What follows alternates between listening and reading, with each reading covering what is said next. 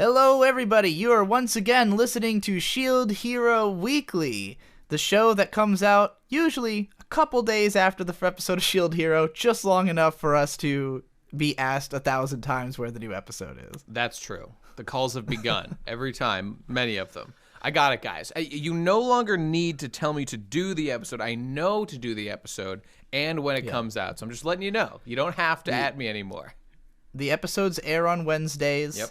And we just don't always have time on Wednesday to get it done right away. But, I would just advise, don't assume the show is canceled if it hasn't been an entire week since the last one. That's a fair assumption. Yeah.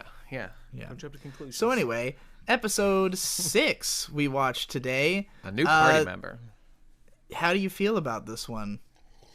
Well, okay, so I can see possibly some people being worried because, again, this is an extremely lighthearted episode where there's a touch of edginess here and there that I find delightful. But we'll get into that. But it is absolutely like kind of a happy-go-lucky misadventures, just having a good time adventuring. Nothing that serious happens. And I don't know, we're just kind of like meeting our new characters and having a great time. So no false rape accusations, no, slave.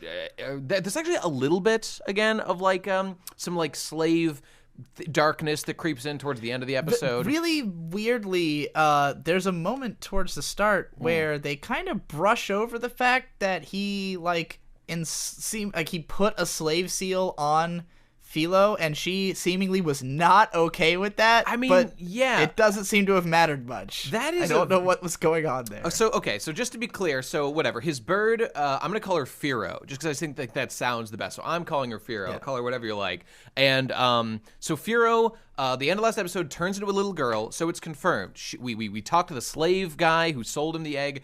If you once in a while, there will be an epic high-level filiolol or firiolol, whatever, that is so good. It's like the leader of the pack. You know him well, and it's a king/queen, and they have the ability to transform into a human shape. So that's why she's like angelic and all that. So, okay, cool. So we've got like a super-powered filiolol. Filioliol. Okay, I think I'm saying that right. It's filolial. Okay, great. So great. So we've got like the cream of the crop here. It's a total badass. It kicks some serious ass, which explains why it's really strong and fast and all that stuff. So that's cool. But that scene of putting the okay, when he got Raftalia, like that was done out of desperation. There was no other options. He had to get a slave or whatever so that he could make progress in this world, to do his one duty of fighting the waves and whatnot. I feel almost like we're supposed to just not ask that many questions about him, like putting another like master slave seal on, like, of course, he's the shield hero. This is what he does. He enslaves. Yeah, so he's just gonna like get another one. Slaves. But it's this weird. Is like a weird child, and it's very strange to not focus on that at all. I feel like the show almost expects you to go and read the source material or something, because. And we've had, so throughout this podcast, we've had times where we were having difficulty understanding what was going on because of the fact of the way things differ from the source materials, or there's more detail. And like on the last podcast, I was calling out everybody for this thing that I was saying that like that he was like under a curse that was causing his perception to be different of Raftalia. Yep. I made a whole second video about that on my own channel, on the After Dark channel, and like the discussion raged for days.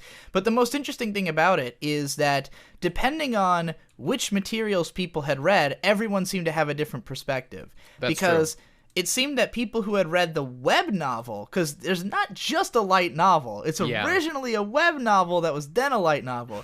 So, and there's a lot of changes between even those. So people who had read the web novel were telling me that, like, it's way more explicitly, yes, they are cursed, like, from the start. Like, when they came to this world, they were cursed. That's what they were telling me. Meanwhile, people who have read the light novel are debating over it, because some of them are saying that there's evidence to support the idea, and others are saying that that evidence is flimsy, or that the order of events being different means that it means something different. Then there are people who have read the manga who have their own stance, and then of course the anime, where a lot of the stuff is just not even apparent at all. And so I have to wonder, like, with the anime, it doesn't feel as though we're necessarily getting a different version of the story, just a truncated version that you need the source material to fully understand. And like with this scene with her, because some people were telling me that in the source material, when he has the slave seal put back on Raphtalia, it was not just her who wanted that. He pressured her into doing it. That he was like, I still don't trust you completely. And she was like, well, if it'll make you more comfortable, you know, like, we'll do this thing. So I have a suspicion that maybe that is still true. Like, that characterization of him is still true in this adaptation, because obviously for him to put a slave seal on this creature means he doesn't completely trust it, or, you know, he wants to have more control. So, like, it seems like that darker aspect of his character is still there. Well, it's just not being explicitly explained, I suppose. I mean, that's the sort of thing I would just call like a bad, like, way to depict the character. Like, they're not accurately they're making mistakes. But like later on in the episode, when we see them going through like the cave and like the dangerous situation or whatever, and they trigger this trap that makes you hear the last thing in the world you want to hear, how convenient. And he hears Raphtalia like whispering to him in his mind, like, I only became your slave again. Like, I didn't want to. I did it to trick you so I could stab you in the back when you least expected it. So obviously, I mean, what that's telling us is that, like, in his deepest, darkest thoughts, he still kind of like thinks it's fucked up that he like has a slave and expects her on some level to like be resentful or not comfortable with it. So, but all this is doing for us in this interpretation is just saying that, like, no, he really is a good guy who like doesn't think that slavery is good and like is expecting her to, you know, not be comfortable with his arrangement. And when she got the slave seal back, he did not insist upon that. That was entirely her idea that he begrudgingly did. I mean, you know, he could have fought harder or said no. He did not. Right. So I guess that informs his character as well. But I really think they're going out of the way to make him as palatable a character as possible, to both the detriment and success of the show, I guess. Yeah, it's muddling the point, really. It's making it less clear what this is, what kind of story this is, because, like, while I understand the desire to tone things down a little bit to make it more accessible, at that point it starts to affect the logic of the events, where you don't understand why he's acting this way anymore when you don't have that same depth of emotional understanding of him. You know, whether it paints him in a worse light, it's still a more interesting character, you know. That's true. And I don't know, I'm gonna, while we talk, I'm gonna go and look up like what happened when he got Firo. Okay, I'm looking at the manga right now, whatever. We can go on to other stuff, but I'm going to see what was going on when he got the seal, at least. While you're looking at that, I'll talk about how that scene with the with him hearing the last thing he'd want to hear. That scene is emblematic of how I felt about this episode, which is that the presentation is really starting to let me down with this show. Because in the interim between us doing the previous episode, I watched 13 episodes of That Time I Got Reincarnated as a Slime. Oh, okay. Been meaning to watch that. These are both they're both shows that I had long predicted would get highly successful anime adaptations. Like, they were hugely popular source material. Isekai was all the rage. You know, so like years back when I first encountered these, I was like, oh, these are going to be huge one day, you know, when they get anime. And clearly the studios who made them both felt the same way, because they made 26 episode out the gate adaptations, which never happens anymore. Like, you only get a 26 episode adaptation if you think it's a sure thing. And so in both of these cases, they clearly approached it like, this is going to be a big money-making thing. But That Time I Got Reincarnated as a Slime, in spite of the fact that reading the original, well, you know, I haven't read the light novel, but reading the manga, it was more generic than Shield Hero. It's more of like what you would expect from isekai, super overpowered protagonist, just kind of like rebuilding the world and making everybody friends. And so when I read that, I was less interested in the anime. However, the anime has really great visual presentation. Like, the first episode is astonishing how creative it is, how unique it is with its visuals. And, like, it doesn't hold up to that same level the whole way through, but there's tons of great cinematography, great background art, which is a shock, you know, in this day and age. Right, of course. So while it's not exactly like the first episode is actually mind-blowing, but like beyond that point, I wouldn't call it a mind-blowing show. But when I look at Shield Hero, it's like they put in the bare minimum to make it like not something you would complain about, you know? Sure, like, sure. It's just barely good enough that someone like me who will drop a show if the visuals are too ass, you know, won't drop it, but will be like, this doesn't impress me in any way. And like with that particular scene, it felt like they could have done something really creative with it. Like, it's kind of a weird mindfuck scene. There's like, you could have taken so many creative directions with that, and instead it's just like images of a couple characters' faces, and the scene lasts. They just stand there and like say the words. Yeah. And so it was just like, man, that scene could have, in spite of the fact that, yeah, this scene doesn't necessarily matter all that much because it's just one little quick thing on the way that happens, but it felt almost completely pointless because it's just over as soon as it starts. It's like an idea that sounds cool, but it's not cool in its presentation. And so, you know, this is the kind of scene that is made or broken on how well you portray it. If it had been trippy and cool, it would have been a super memorable moment, and instead it's just a random footnote in this adventure.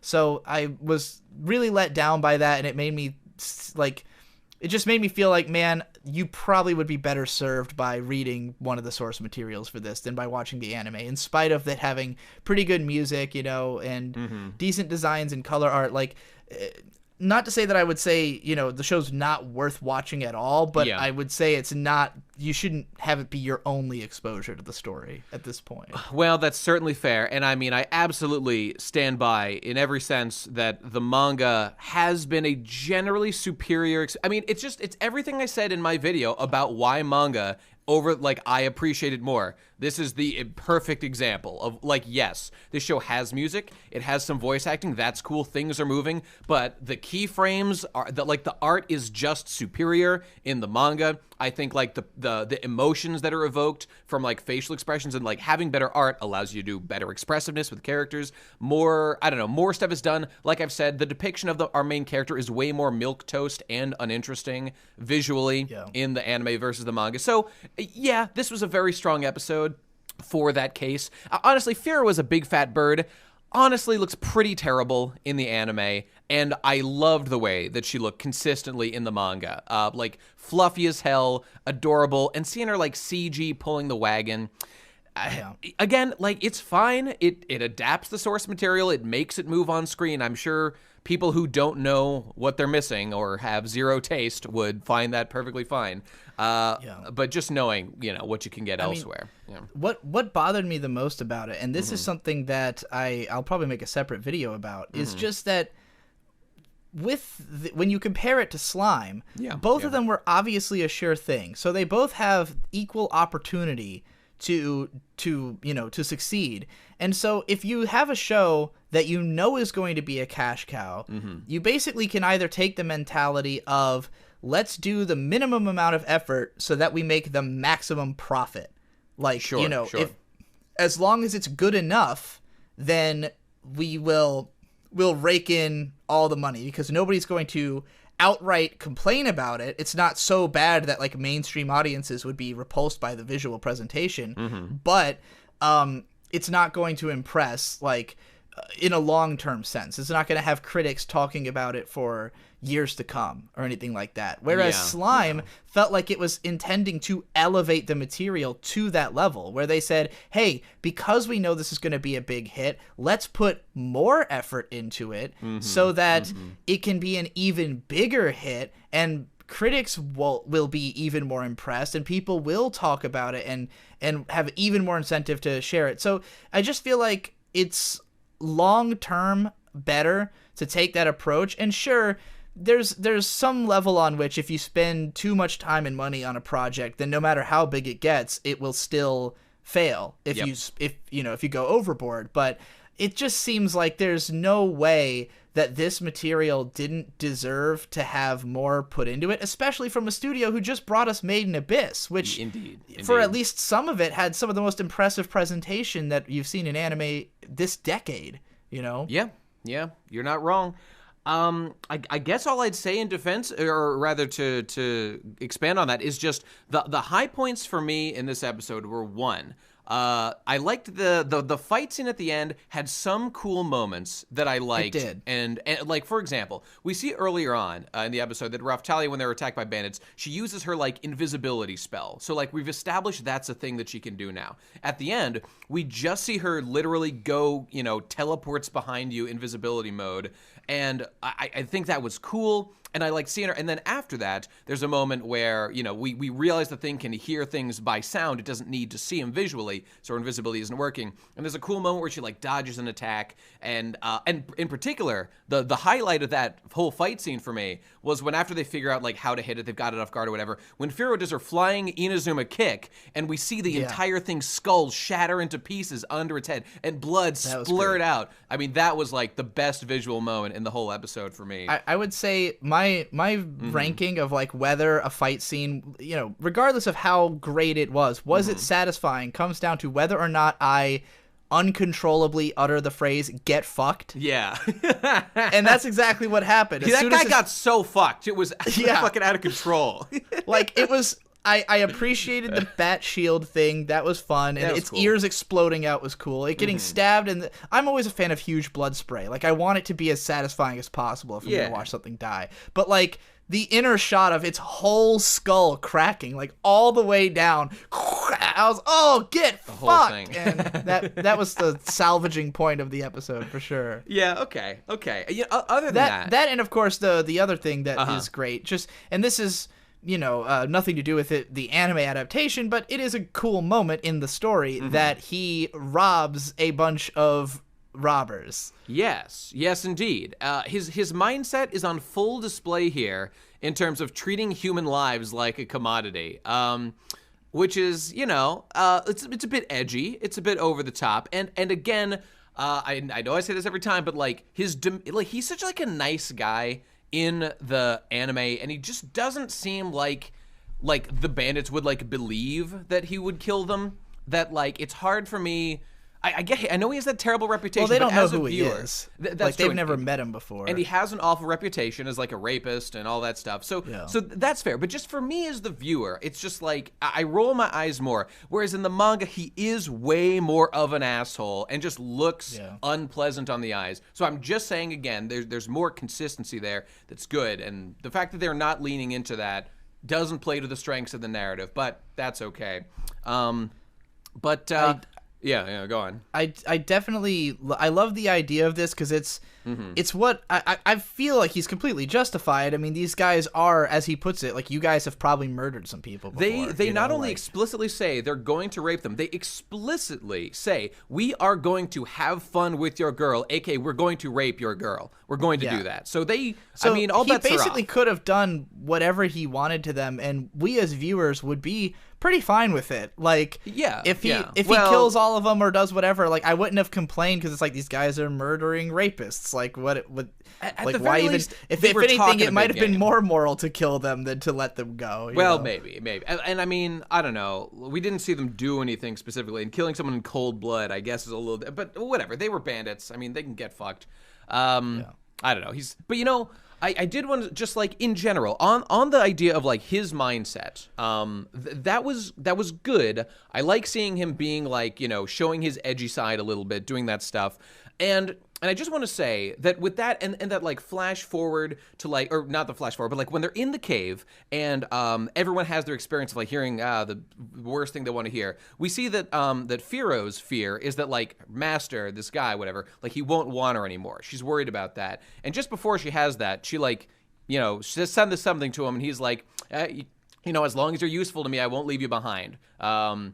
Oh, he says, I have money riding on you. That's right. I have money riding. He says at the very beginning. Yeah. And I just want to say, I way resonate. It was better in the manga, but nonetheless, I still am way into Naofumi's entire approach to life, which is quantify everything. Go full anarcho-capitalist, full anarcho, and, like, I was thinking about this as I was watching this. I heard Tim Pool, this YouTube guy, political guy, say, like, if someone offers you a job for a day and says, hey, do you want to work the counter at McDonald's for the day? Like, your instinct's just going to be say, no, of course not. But the correct response is to say, for how much? Like, is it $1 billion? Well, okay, I'll work it for the day. And furthermore, like, to get to what he's talking about, like, when people come up to you, or when people in your life say, like, oh, you'll love me forever, right? Like, you'll never leave me. You'll always be my master. You'll always take care of me. The correct answer is not, yes, of course. The correct answer is, as long as you pull your weight, of course I'll love you forever. As long as you don't drag me down in some horrible, selfish way. That's whatever we have answer. Agreed upon, you know. Yeah. If like, because obviously if you just promise yes and then they completely change and do all the things you don't want them to do, then the answer should no longer be yes. Which leads into my life motto: unconditional love is immoral. Believe it, everybody. Take it to heart. It's not right. You need people to earn your affections and your respect and your care. Nobody deserves it for no reason. And now Fumi was just reinforcing that to me today, and I absolutely love it. I unironically agree with his lifestyle and would do the same. And of course, let's not point out, this show is so pro, like, libertarian. When we see him, like, it's basically anarcho-capitalism. When we see him, like, he's on the road and he encounters that one dude who's just, like, trying to get to the town over, carrying this medicine that he just spent all his money on. Now Fumi doesn't just say, oh, I'll just take you there, because he's a busy man with a lot to fucking do. It would be a waste for him to just throw away his incredibly valuable time to go out of his way to help this guy. So he does something mutually beneficial. He makes a deal with him. Okay, I'll carry you. I will go out of my way. I'll leave my wagon here, take just my powerful, speedy bird. We'll get there super quick, and for like 1 silver, I'll do you the service, and we'll get you there. And your medicine will be there to save your dying mother or whatever. And the show, not like, even that was already a great agreement that the guy didn't have money, he'd pay him in goods when he got there. It was, in addition, you can see that Naofumi is a good guy, because as the guy walks out of the room, Naofumi's like, okay, I'll give him the medicine, like, just let me do this, you go get some water. And as he's giving her the medicine, he goes out of his way, he goes above and beyond, and turns that medicine into, like, because he's got these support skills or whatever, his power evolves this into, like, a higher level medicine that he feeds to the dying mom. So he's just done the particular service for this guy of helping him out, just because even though he knows his time is valuable, he's already here. He might as well help this guy out. So even while valuing your own time and being, like altruistically selfish, or, having reasonable demands that people compensate you in whatever way for your time and effort, he's still, as long as it's in his power, he's happy to do favors for people like this. Good customer service. Exactly. Is what that is. Exactly right. It's like when you have somebody who's a good trade partner, you want to protect that relationship and keep yourselves on as amicable terms as possible. Yeah, I mean, I don't know if this, I don't know exactly what constitutes anarcho-capitalism, but it's a bit of to an me it just seems like common sense to, Well, sure.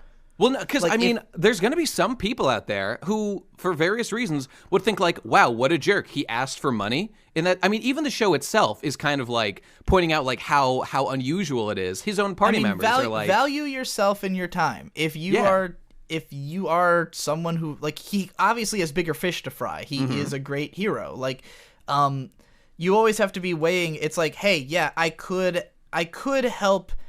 I guess this is like a Superman dilemma in a way, right? Like, Superman is always going to go fight the biggest problem because he can. If he stops to help every cat stuck up in a tree, he doesn't have time to go stop a bigger problem.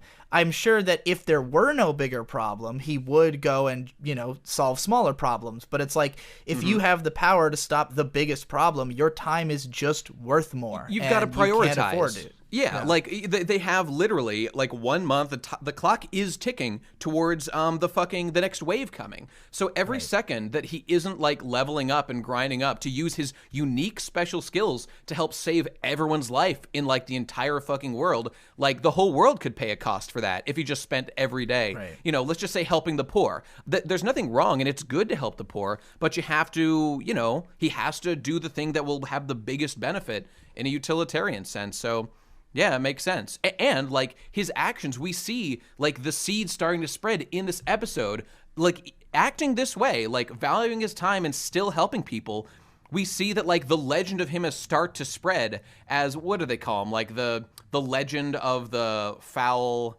leader. Oh, our savior of the heavenly foul is like the nickname that like people are starting to give him about this merchant who runs around with like his big like queen filial or whatever, like helping people and making the world a better place. But he's not going to do it for fucking free because he can't. He needs to get a return on it. And I just think that's dope. I just think that's really fucking dope. And the it way benefits that he's all these people to give him that return on investment. Like, if you have something to offer to him in return, do it, because it's going to make him stronger, so he can help you more in the long run. It's just, this is exactly how, like, whenever I work with people for, like, commission work on videos or whatever, I go out of my way to make sure those people are, like, super, like, I always, you know, I pay them, and I expect good work, and I can be pretty nitpicky, but I make sure people always feel happy, like, with the amount of payment that they get, that they don't feel like their work's being, you know, whatever, used in some uncomfortable way. They know what they're signing up for ahead of time, and it's just, I just think it's really good to do. So it's just nice to see a show that's on my side. What should I call this episode? Weird Utilitarianism? I mean, basically, I don't know, capitalism hoe or something. I mean, that's I pretty already much have a plan for a video called Capitalism Ho coming up. Oh, so yeah? I have to save that one. Let me see. You know what? I just wanted to say that in general with this episode, this had again, people who like came here for the edginess, I would understand them being disappointed. Me, I know what I'm getting into with the show for the most part because I've read the manga. But like the arc of this episode where it starts with sorry. You know what? Before I get into that, let me just say I looked up in the manga like how Firo gets the crest. And it's actually, there's no scene in the manga of her getting the crest. What we see is that just like we cut to a little bit later when she has the crest, and our boy Naofumi just says like, of course I gave her the crest. Like she kept turning into the big bird like while we were trying to sleep at night, and I have to be able to control her. So it's handled differently in the manga in a way that, one, because he's a more edgy guy, like across the board, it kind of makes more sense that this would just be assumed to be done. And also, he kind of gives a better reason for it. It's because she is kind of a wild animal he needs to be able to control, where she's really not quite depicted that way in the anime, at least so far. And it's not that we can't fill in the blanks on that in the show. And I know, because I know how the comments tend to be. People tend to fill in the blanks in a show and then to act as though their interpretation is obvious because you want to pick something that makes sense. And I don't always trust that the idea that makes sense is the one that they had in mind when they did something, you know? Sure. So, like, when I see a scene like that, sure, I could just make the assumption that he did it because she is difficult to control. And that thought crossed my mind, but the show didn't say it. And it doesn't say anything. It just kind of leaves it in the air. It could be totally different than like the depiction in the manga. Maybe he's just a straight up psychopath and, you know, whatever, wants to enslave all women. I don't know. It could be anything. And it's just like, I would, you know, if you can give a reason and therefore make it make more sense, that's a better show. Yeah. I don't know. The manga definitely handled this better, as it does quite a few little points like this.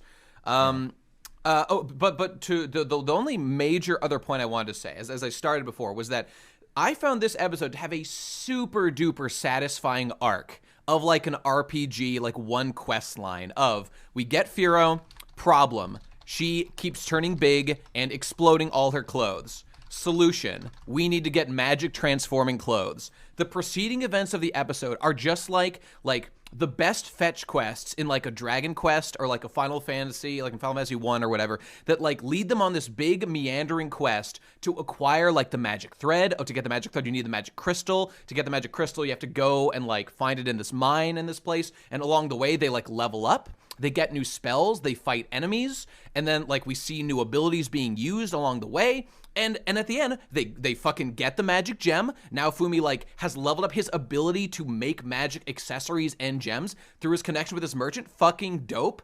So he gets the gem, he can make the magic thread, they get the fucking clothes. Boom, perfect capstone JRPG ending to this episode.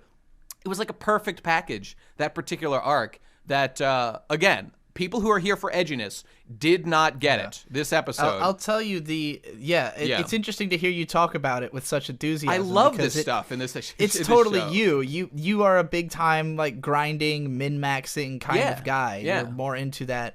Whereas I'm the type who skips all the cutscenes and runs into battle. Sure. And only puts my points into strength. So like, right. It for me, it's like, all right, I get it.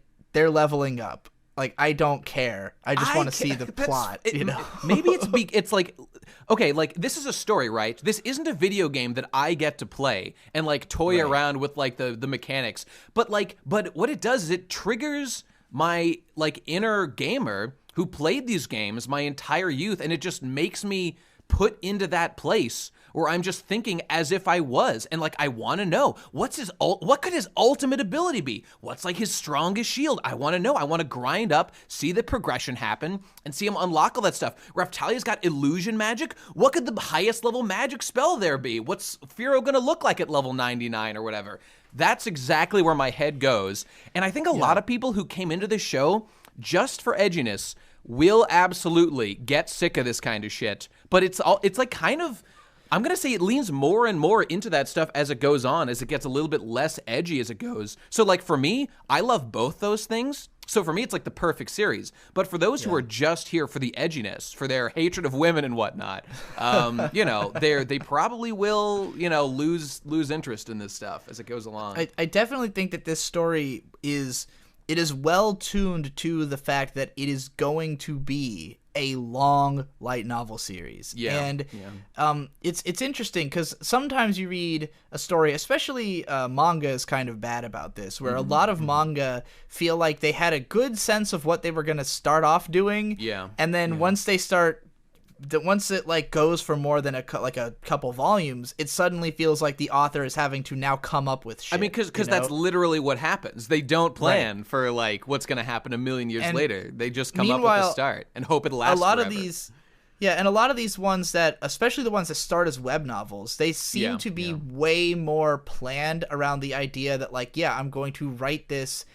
I'm going to make this a long ass thing, and like I have tons of ideas, because you can start by literally just creating like a tree, a skill tree. Like you could just literally draw out like a video game-esque skill tree and then say, okay, like by this volume I wanted to have these powers, by this volume I want this, and like you pace it like you're pacing a video game, and it just takes however long to write as it takes to write. But when I think of stories like Log Horizon or this one, less so that time I got reincarnated as a slime, though that author said that in the first volume, he didn't know what he was doing, but then at some point he figured out where he wanted the story to go. And like you can feel that shift happen. You feel this, that the early episodes just seem kind of like whatever. And then there's like a moment where it kind of clicks and it's like, this is what the show's about now. And, even with that though, again, most of these they are completely cooked in video game logic, where it's all about this steady progression, about leveling up, putting points into different things, building a character, building a world, and like they just do it in that way. It's really interesting to see that adapted into storytelling form, because of the fact that like it has weaknesses in that you don't necessarily care as much about the player avatar and their progress as you would if you literally had to do that for you to progress. But because it's because it's not a video game, there's a lot more room for pacing and narrative depth and, not having to think about what a player's going to do. That's very true. It's very true. Obviously, the emphases are going to be different because it's not actually a literal video game. So, yeah, you got that going for you. I guess my only other comment about the episode was that Firo in her dress at the beginning of the ending was adorable, and I love her. Very, very cute. And on the subject of just Firo as a character, now that we're getting to know her, now that she's got a human form and whatnot, one of the cutest things about Firo, all filiolils are like this. I know I'm still saying it wrong. I don't give a shit. All of the birds share this one common trait, and that's that this species of birds fucking loves pulling carts. They are all about pulling carts. This is canon. This is a huge part of their character. And seeing like Firo, we just get a taste of it this episode. Seeing her like excited to pull a cart, and actually they get like anxiety and they start to freak out if they can't pull a cart for like a long enough period of time. This is real lore about Firo excellent. And all these birds. And seeing her, like, she's singing her little song about, like, I get to pull the cart for Master because he loves me, and it's so much fun. Super endearing. It's super endearing. It's one of my favorite things. My favorite thing about her is the hyper-violence. Isn't that? Yeah, like, she's such always a badass. Always a fan. It's pretty fucking sick. And other highlight of the episode was the voice acting of the, like the lolly manic dressmaker lady. I thought she did a great job. I thought she was killing it, and I thought like surprisingly memorable character for having like one line, but like immediately you're just like, oh, she's, her voice actor was giving it her fucking all, and I was like, man, I wish the animation was like keeping up with this girl's voice acting because it is like way beyond what she was given here. So kudos to her. Anyway, I thought Firo was a great addition. I don't think this is a spoiler, but like I don't think the show's ever gonna get particularly edgy in the way it was at the start ever again. So I don't know. I haven't read in a while. I don't remember. And edgy things do happen, but not the same kind of edginess. I don't know. There's going to be like lingering trauma. There's going to be other bad things. I mean, that happen, I wouldn't want the whole show to just be about like this, like the exact issue it opens with. You know, I mean, that's fair. I mean, this is more of a tone setter than it is like the theme of the show. It could shift into like, I mean, because it started so negative. We could go into like late game, like Technolize world where like he gets like all his party members killed and like breaks all his limbs and he has to like, I don't know, use his fucking shields to walk or something. I don't know. Like it was really edgy. I guess I'm kind of saying that I don't even know if it gets particularly edgy or not myself, because it's been so long. But I don't know. We'll see. I'm excited for more. I love this episode, kind of. It, like, visually, not great. Firo, kind of loved her. Animation, pretty shit, except for a couple of highlights. But that fucking RPG loop, that quest loop, just, it sunk its teeth into me, and I was loving it. And maybe I'm in the minority there, but that's kind of one of the main things I like the show for. We'll find out in the comments. That's true. Let me know, people. I bet there's going to be a lot of people who are just like, Nate, what the fuck are you talking about? This sucked. This was shit. I don't know. I feel like people watching this show have been pretty defensive about it and pretty into it. I feel, but I'll be interested to see how many of them are like sleeper MGTOWs who like once the show stops hating on women like explicitly and exclusively, they're just like, I'm out. I got to go find like, I don't know, I'm going to go rewatch like, I don't know, some other show that also hates women, whatever else they got. Yeah. I guess we'll see. Rape. The animation. That's a real show. Rape. Is that true? It's a hentai, yeah. There's a new one that just came out called like They Made Rape Legal. I've seen that. I've seen They Made Rape legal, and gotta say, Alexandria Ocasio-Cortez, you looking for some new legislation? I think I've got some drafts to propose. Stop. Okay, we get in trouble here. All right, that's it for this episode. Bye.